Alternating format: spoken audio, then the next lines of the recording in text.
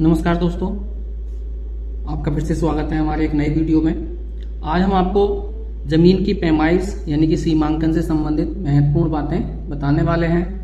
दोस्तों, जब हम ज़मीन की पैमाइश कराते हैं, जब हमको महसूस होता है कि हमको हमारी ज़मीन का सीमांकन कराना चाहिए, हमारी ज़मीन कम है या किसी ने कब्जा कर ली है, तो उस कंडीशन में हम अपनी ज़मीन का जब सीमांकन कराते हैं तो लेखपाल मुख्यतः 3 चीज़ों से हमारी जमीन सीमांकन करते हैं। पहली चीज़ होती है दोस्तों उनके पास जरीब, दूसरा होता है दोस्तों नक्शा और तीसरा होता है दोस्तों गुनिया। और ये 3 चीज़ें मुख्यतः जमीन नापने के काम में आती हैं और उनके पास जमीनी दस्तावेज होते हैं कि कौन सी जमीन किसके नाम से दर्ज है, जैसे खसरा और खतौनी। जमीन नापने के लिए मुख्यतः इन 3 चीज़ों का उपयोग किया जाता है। तो दोस्तों, इन तीनों चीज़ों के बारे में हम आपको पूरा विस्तार से बताने वाले हैं कि कौन क्या है और उसका क्या उपयोग है, और आप इन तीनों चीज़ों की मदद से अपनी ज़मीन कैसे नाप सकते हैं, या लेखपाल कानूनगो ने आपकी ज़मीन नापी है तो वह सही नाप रहे हैं या गलत नाप रहे हैं, ये भी आप देख सकते हैं। तो इन तीनों चीज़ों का जब आपको ज्ञान होगा तो आप ज़मीन का सीमांकन सही तरीके से करा पाएंगे। तो दोस्तों, दूसरा जो नक्शा है, आप जानते ही होंगे प्रत्येक गाँव का अलग अलग नक्शा होता है। जैसे ये नक्शा है, मैंने मोड़ रखा है, ये जैसे गाटा संख्या 1 से लेके और पूरे गांव में जितने गाटे होंगे, जितने खातेदार होंगे, उनके खेत होंगे, सबके गाटे इसमें रहते हैं। ये हो गया नक्शा। दूसरा चीज है दोस्तों गुनिया। गुनिया ये है दोस्तों, इस नक्शे को इस गुनिये की सहायता से हम नापते हैं। और तीसरी चीज है जरीब। इस गुनिये से कितनी जरीब जमीन बन रही है तो वो जरीब ये रहती है, ये इससे हम जमीन नापते हैं। अब जरीब के बारे में हम आपको पहले बता दें दोस्तों, एक जरीब जो होती है वो आपकी 20 मीटर या 66 फीट की होती है।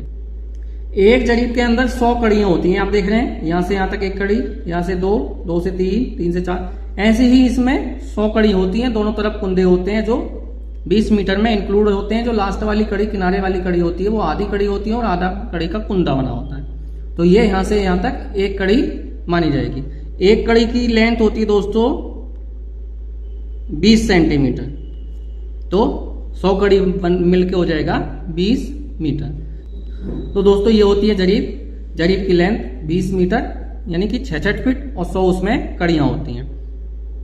अब नक्शे में हम कैसे पता करते हैं कि हमारी कितनी जरीब जमीन बन रही है, कितनी जंजीर जमीन बन रही है। तो हम आपको यहाँ एक प्लॉट नाप के दिखाएंगे और जमीन कैसे नापेंगे उसके बारे में पूरा बताएंगे। तो दोस्तों, ये 16 नंबर प्लॉट है, 16 नंबर गाटा है। इसी का हम सर्वे करेंगे, इसी का सीमांकन करेंगे। गाटा संख्या 16।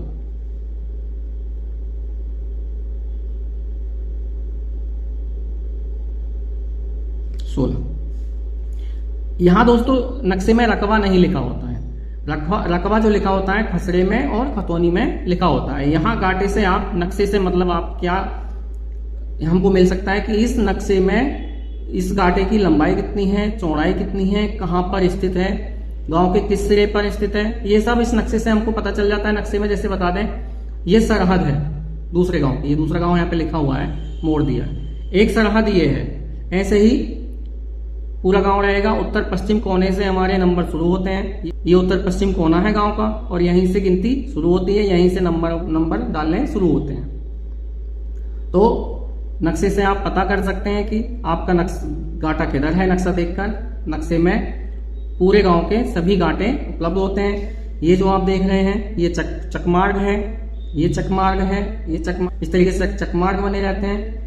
और ये जो निशान बना हुआ है दोस्तों, बंजर और नवीन प्रति का बना हुआ है, ये नवीन प्रति की जमीन है।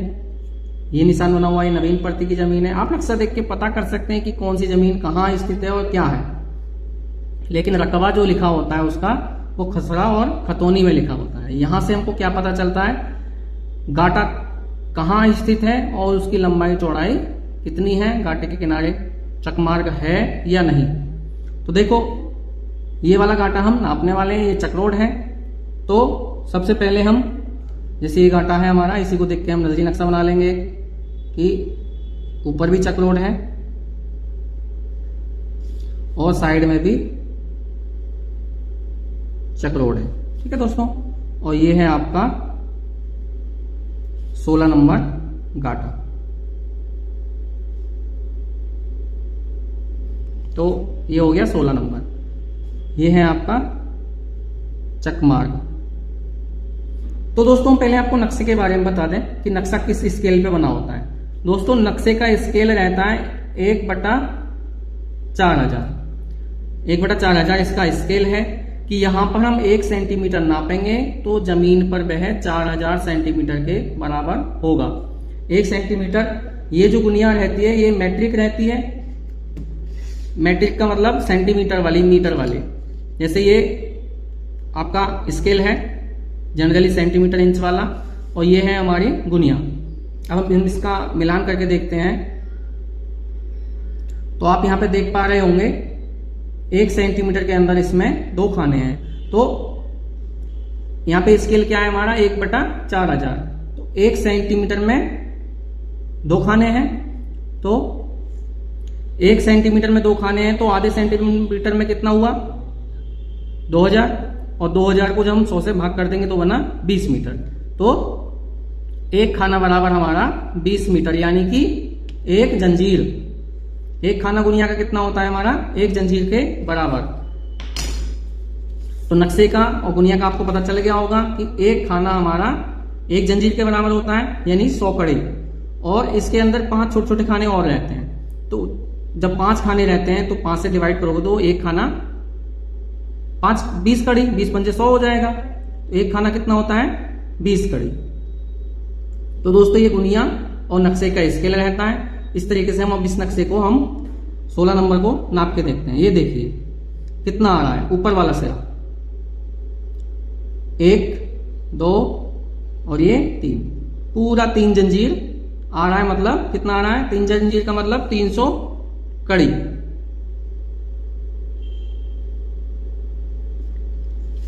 नीचे वाला सिरा देखते हैं।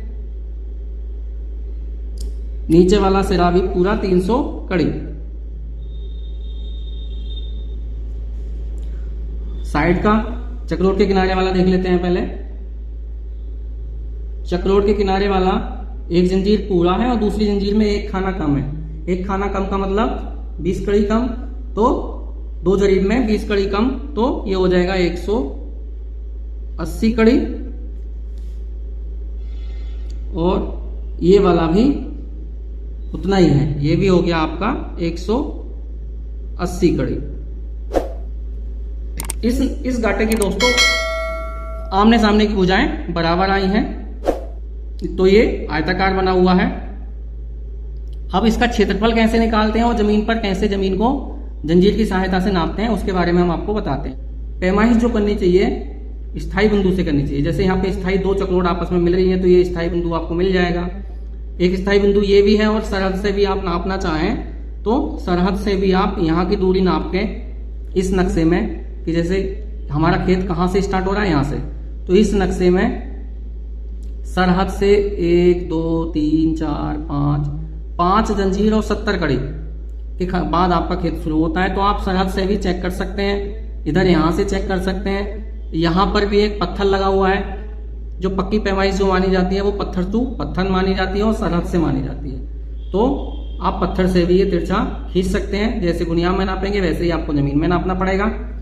तो स्थायी बिंदु से ही पैमाइश कराएं। जब आप अपना खेत नपवाएं तो स्थायी बिंदु से पैमाइश कराएं। अब हम आपको बताते हैं कि इसका रकबा कितना निकला 16 नंबर का। रकबा निकालने के लिए क्या होता है दोस्तों, कड़ी से अगर रकबा निकालें हम,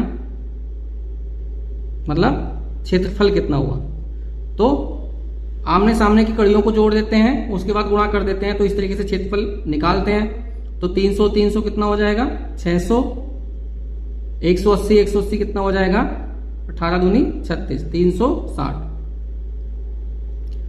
6 6 36 और 6 तिया 18, 18 3 21, 216 और 3 0। हम लास्ट में 3 अंक जो काट देंगे दोस्तों, तो उसके बाद हमारा जो बनेगा वो एरिया एयर का बनेगा। और एयर को जब हम हेक्टेयर में बदलेंगे तो 3 के बाद फिर दशमलव लगाएंगे। तो ये हमारा 0.216 हेक्टेयर क्षेत्रफल है। अब मीटर से निकाल के देख लेते हैं दोस्तों। 300 कड़ी का मतलब कितना बना? 300 कड़ी का मतलब कितना हो गया दोस्तों?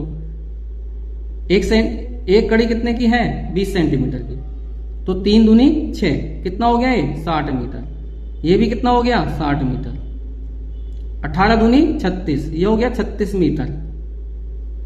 और ये भी हो गया 36 मीटर। तो क्षेत्रफल, आयत का क्षेत्रफल कैसे निकालते हैं? लंबाई गुणे चौड़ाई। लंबाई कितनी है? 60 मीटर।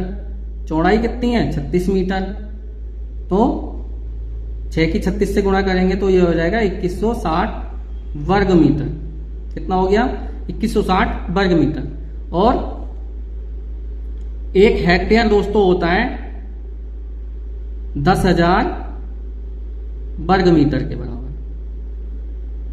ये 1 हेक्टेयर 10,000 वर्ग मीटर। तो इसको हम जब हेक्टेयर में बदलेंगे कितना हो जाएगा? 0.216 हेक्टेयर। क्योंकि 4 जीरो है तो 4 के बाद हम दशमलव लगाएंगे तो 216 हेक्टेयर। तो दोस्तों इस तरीके से जंजीर लेंगे और 300 कड़ी मतलब 3 जरीब ये वाला सिरा नापेंगे, 3 जरीब ही ये वाला सिरा नापेंगे, 1 जरीब 80 कड़ी ये सिरा नापेंगे, 1 जरीब 80 कड़ी ये सिरा नापेंगे। अगर जमीन पूरी है तो 1 जरीब 80 कड़ी यहाँ आ जाएगा, 300 कड़ी यहाँ आ जाएगा। अगर कम है तो आपको पता चल जाएगा, ज्यादा है तो आपको वो भी पता चल जाएगा। आप मीटर से नापना चाहें, आपके पास जंजीर नहीं है तो मीटर से 60 मीटर ये वाला सिरा नापें, 60 मीटर ये, 180 मीटर ये, मतलब 36 मीटर ये और 36 मीटर ये। तो दोस्तों अब आप सोच रहे होंगे चलो मीटर हमारे पास है, गुनिया हम दुकान से ले लेंगे, दुकान पे गुनिया नहीं मिलेगी तो हम सेंटीमीटर स्केल से भी काम चला लेंगे। 1 सेंटीमीटर में 2 जरीब होता है। तो अब नक्शा हम कहाँ से लें? तो पहले तो आप संपर्क करें लेखपाल से। लेखपाल साहब से अपनी जमीन का चारों सिरा नपवा लें कि कौन सा सिरा आपका कितना मीटर का है। उसके बाद अपना खेत चेक कर लें। अगर लेखपाल साहब नक्शा नहीं दिखा रहे हैं, नहीं बता रहे हैं, तो आप जिला अभिलेखागार में संपर्क करें। वहां से आपको जो वहां शुल्क है वो जमा करने के बाद नक्शा आपको मिल जाएगा। उसको आप हमेशा के लिए सुरक्षित रखें, जब मर्जी चाहें अपनी जमीन नापें। और उस नक्शे में आपके खेत के साथ साथ अगल बगल के 10-12 खेतों का नक्शा भी बना हुआ होगा। तो ये हो गई दोस्तों जरीब, नक्शा, गुनिया के बारे में।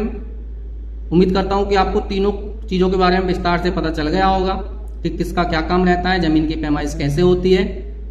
तो दोस्तों अगर वीडियो में दी गई जानकारी आपको अच्छी लगी है, काम की लगी है, तो वीडियो को लाइक और चैनल को सब्सक्राइब जरूर करें।